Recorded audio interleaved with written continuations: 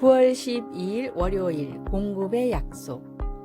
300명의 아이들이 옷을 차려입고 앉아서 아침 식사를 주신 하나님께 감사의 기도를 드리고 있었습니다. 하지만 아이들 앞에는 아무런 음식이 없었습니다. 고아원을 운영하고 있는 선교사 조지 물러에게 이런 일은 자주 있는 일이었습니다. 그러나 이 상황은 하나님께서 어떻게 공급해 주시는지 알게 해주는 기회이기도 했습니다. 뮬러가 기도한 지 몇 분 안 되어 간밤에 잠을 이루지 못한 제빵사가 고아원의 문을 두드렸습니다. 그는 고아원에 빵이 필요할 거라고 생각되어 3바구니나 되는 빵을 간밤에 만들었던 것입니다. 조금 후에는 우유장수가 나타났습니다. 그의 손수레가 고아원 앞에서 고장나는 바람에 우유가 상하는 것을 원치 않은 그는 뮬러에게 우유를 모두 주었습니다.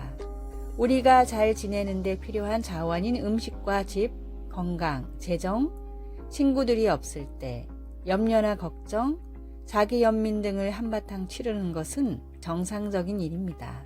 그런데 열왕기사 17장 8절에서 16절 말씀은 하나님의 도움이 나는 떡이 없고 다만 통에 가루 한 움큼과 병에 기름 조금뿐이라고 말한 가난한 과부처럼 전혀 예상하지 못한 방법으로 올 수 있다는 것을 상기시켜 줍니다. 그 이전에 엘리야에게 공급해 준 것은 까마귀였습니다. 우리는 부족한 것을 채우려고 염려하므로 여러 갈래로 길을 찾아 나설 수 있습니다. 하지만 하나님께서 우리의 필요를 채워주시겠다고 약속하신 공급자시라는 것을 분명히 알면 자유로울 수 있습니다. 말씀. 그와 엘리야와 그의 식구가 여러 날 먹었으나 열왕기사 17장 15절 찬송 15장 하나님의 크신 사랑 기도 저의 모든 필요를 공급하시는 하나님을 분명히 볼 수 있게 해 주소서. 하나님을 먼저 찾지 않고 헛되이 제 방법을 먼저 찾았던 날들을 용서해 주소서. 예수님의 이름으로 기도드립니다. 아멘.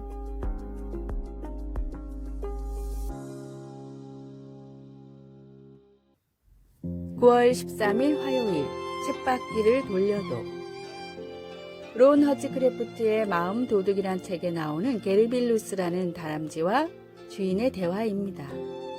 아침에 일어난 주인이 게르빌루스를 찾아가 계획을 물었습니다. 게르비, 오늘의 계획은 뭐야? 일단 사료를 먹어야지. 그리고 잠시 쉬었다가 곧 시작할 거야. 시작한다니 뭐를? 게르빌루스는 귀찮다는 듯이 대답했습니다. 먹긴 뭐야? 쳇바퀴 도는 일이지. 잠시 뒤 사료를 다 먹은 게르빌루스는 쳇바퀴에서 열심히 달렸습니다. 주인이 몇 시간 뒤 찾아와 다시 물었습니다. 그런데 거기서 평생 쳇바퀴만 돌 거야? 다른 방법을 시도해보는 게 낫지 않겠어?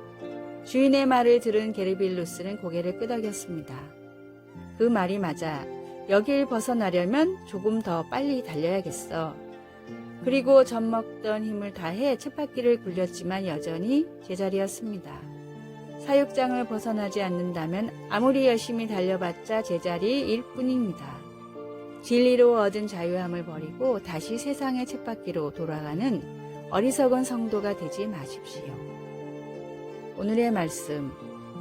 임금들과 높은 지위에 있는 모든 사람을 위하여 하라. 이는 우리가 모든 경건과 단정함으로 고요하고 평안한 생활을 하려 함이라. 디모데전서 2장 2절. 오늘의 찬송 207장 귀하신 주님 계신 곳. 오늘의 만나 없어질 것을 위해 열심히 내는 어리석은 자가 되지 않게 하소서. 똑같은 세상에 나가 똑같은 일을 해도 주님을 위한 마음으로 합시다.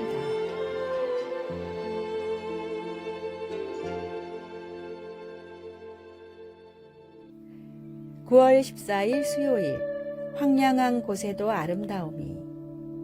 우리는 종종 길을 걷다 바위 틈에 피어난 꽃을 발견할 때가 있습니다. 그것은 넓고 아름다운 들판에서 자라나는 꽃들만큼 키가 크지는 않아도 아름답기는 마찬가지여서 보면 기분이 좋아집니다. 이렇게 거칠기만 한 곳에서 우연하게 좋은 것을 만나고 보면 예수님을 믿는 사람들에게도 삶이 얼마나 생기가 없고 황량하게 보일 수 있는지 생각하게 됩니다. 어려움은 극복할 수 없을 것 같고 시편 기자 다윗의 외침처럼 우리의 기도도 때로는 소용없는 것처럼 보이기도 합니다. 여호와여, 나는 가난하고 궁핍하오니 주의 귀를 기울여 내게 응답하소서. 우리도 다윗처럼 기쁨을 갈망하는 존재들입니다.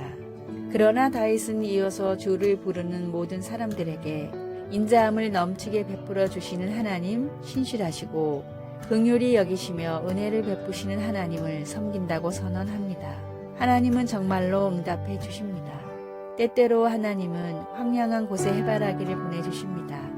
그것은 친구로부터의 격려의 말이나 글, 위로의 문장이나 성경 구절 혹은 아름다운 해돋이처럼 우리에게 희망을 가지고 더 가벼운 발걸음으로 앞으로 나가게 해주는 것들입니다.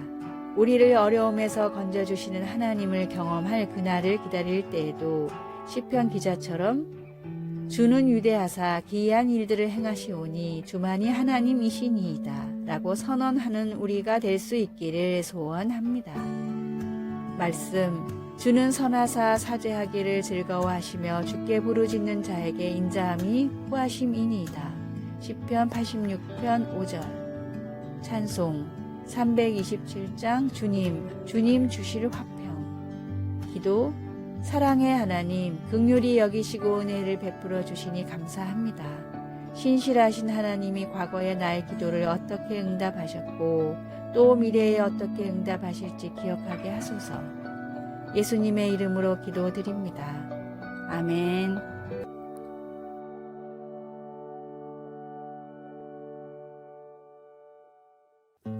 9월 15일 목요일, 부자를 위한 질문. 사람들은 누구나 부자가 되고 싶어 합니다. 그러나 얼마나 가져야 부자라고 할 수 있을까요? 사람마다 기준은 모두 다를 것입니다.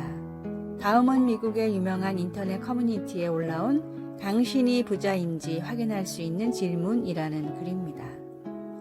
첫째, 친구의 성공에 진심으로 축하할 수 있다면 부자이다. 둘째, 남을 위해 베풀 때 본절 생각이 안 난다면 부자이다. 셋째, 자녀들의 존재만으로 기뻐할 수 있다면 부자이다. 넷째, 모든 식사에 앞서 진심으로 감사 기도를 드린다면 부자이다. 다섯째, 일상에서 접하는 자연의 아름다움이 느껴진다면 부자이다. 여섯째, 부족한 것에 대한 갈망이 아니라 있는 것에 대해 감사하고 있다면 부자이다. 일곱 번째, 남을 비난하는 횟수보다 더 많이 축복한다면 부자이다. 여덟 번째, 과거를 그리워하지 않고 미래를 기대하고 있다면 부자이다. 아홉 번째, 아무리 바빠도 하나님을 잊지 않고 있다면 부자이다. 열 번째, 죽음이 두렵지 않다면 부자이다. 진정한 부자는 마음의 구원의 확신을 품고 하나님이 주신 것에 만족하며 사는 사람입니다. 우리 삶에 베풀어 주신 하나님의 충만한 은혜에 감사하십시오. 오늘의 말씀. 내가 비천에 처할 줄도 알고 풍부에 처할 줄도 알아. 모든 일에 배부르며 배고픔과 풍부와 궁핍에도 일체의 비결을 배웠노라. 빌립보서 4장 2절. 오늘의 찬송 301장 지금까지 지내온 것. 오늘의 만나. 주님께서 인정하는 진정한 부자가 되는 삶을 살게 하소서. 10가지 목록 중에 내게 필요한 부분이 무엇인지 살피고 개선합시다.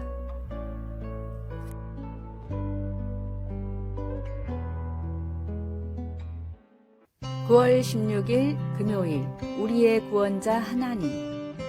넓은 바다에서 한 구조대원이 철인 3종 경기 중 당황하여 난관에 빠진 수영선수들을 돕기 위해 카약을 타고 나섰습니다. 그 여자 구조 요원은 카약의 가운데를 잡으면 배가 뒤집히는 것을 알고 배 가운데 부분을 잡지 마세요 라고 수영선수들에게 소리쳤습니다. 그 대신 그녀는 힘이 빠진 수영선수들을 카약의 앞머리 쪽으로 가라고 했습니다. 거기서 고리를 잡으면 이 카약 안전요원이 그들을 구조해 주었습니다.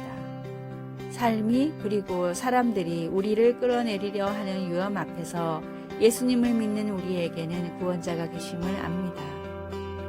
주 여호와께서 이같이 말씀하셨느니라. 나 곧 내가 내 양을 찾고 그 흩어진 모든 곳에서 그것들을 건져낼지라. 에스겔 34장 11절에서 12절. 이것은 이스라엘 백성이 유배 중에 에스겔 선지자가 준 확신이었습니다. 이스라엘 지도자들은 백성들을 무시하고 착취하고 삶을 약탈하며 자기만 먹이고 하나님의 양떼를 먹이지 아니하였습니다. 그 결과 사람들은 온 지면에 흩어졌을 때 찾고 찾는 자가 없었습니다. 그러나 주님은 내가 내 양을 건져내겠다고 선언하셨습니다. 그리고 그분의 약속은 지금도 유효합니다. 우리는 무엇을 해야 할까요? 전능하신 하나님과 그분의 약속을 견고히 붙잡으십시오. 하나님은 나 곧 내가 내 양을 찾고 찾으리라고 말씀하십니다. 그것은 단단히 붙잡을 가치가 있는 구원의 약속입니다. 말씀, 내가 그 흩어진 모든 곳에서 그것들을 건져낼지라. 에스겔 34장 12절. 찬송 400장 험한 시험 물 속에서.